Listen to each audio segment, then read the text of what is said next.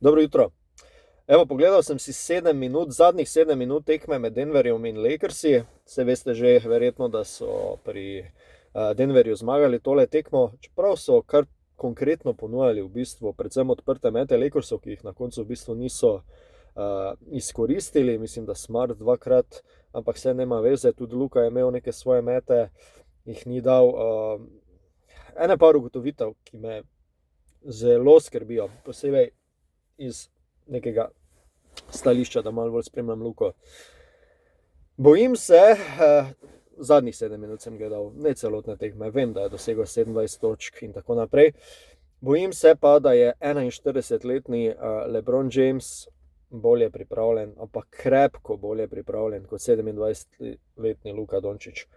Luka je na koncu izgledal, da se ne more konkretno pokrčiti v kolenih in da ne more narediti enega normalnega šuta. Šprintov seveda več ni bilo dobenih. Pač njegova govorica telesa deluje, kot da je izčrpan na koncu, popolnoma izčrpan. Kdo bo rekel, pa sej, kakšen je urnik tekem, pa kako si sledijo tekme eno za drugo, pa kakšno minutažo ima Luka.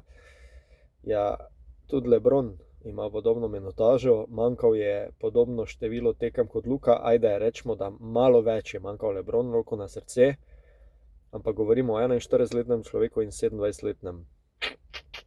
Nekdo, ki je krepko v jeseni njegove kariere in nekdo, ki bi še moral biti v pomladi. To je bilo precej zaskrbljujoče, no. Imeli so Lakersi svoje šanse, niso izkoristili, medtem ko Nikola Jokić, Nikola Jokić pa deluje lagano, Spravi, koš moram dati za zmago, ok, dajmo koš. A še enega? Joj, dobro, pa bom dal še enega. Čakaj malo, niste rekli 2? Dobro, ampak tretjega, ampak pol pa konec. Ajde, še tretjega. Lagano od table, začuti človeka na rami, se obrne, tabla. Mislim, tak z ene 26,77% moči igra človek.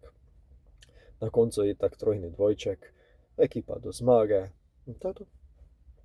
Brez nekega naprezanja, brez nepotrebnega izgubljanja moči, brez nepotrebnega tapkanja.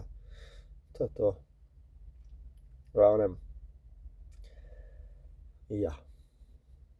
To so bila moja mnenja, zdaj pa so na vrsti vaša.